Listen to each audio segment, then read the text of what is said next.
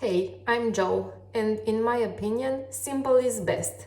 And simple recipes are definitely the best ones.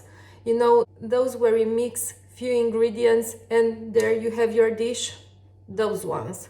Well, I have this recipe from my grandmother.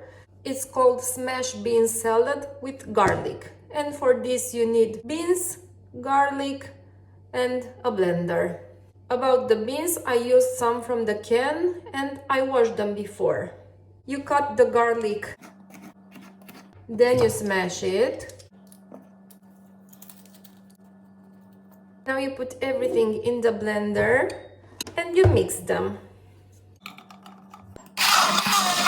You can also add some water so the composition will be creamy.